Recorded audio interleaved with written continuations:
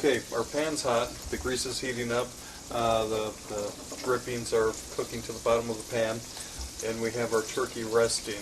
While the turkey's resting, we'll get the gravy together. So first thing we want to do, I'm going to add a little bit of butter, maybe a tablespoon. I'll add to the flavor. Now we'll add some flour. Just going to add maybe almost a half cup, no more. We're going to mix this in with the grease, the butter.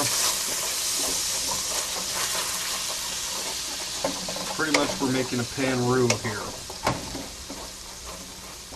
Okay.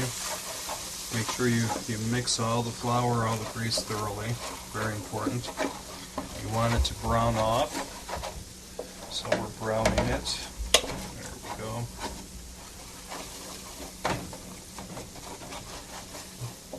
Very nice. Okay, once that's done, we're going to add our tomato paste. Okay, we're going to go about 2 tablespoons. Have to add it quick. And we're going to cook this in as well. Now the tomato paste adds color and flavor. For this particular gravy, it will make it nice and rich. It'll give it a great color, and it also enhances the flavor. Turn your pan around so you can cook on all the corners. Get everything incorporated there nicely. And you pretty much want to cook the tomato paste onto the bottom of the pan. Okay? That's looking good. Okay.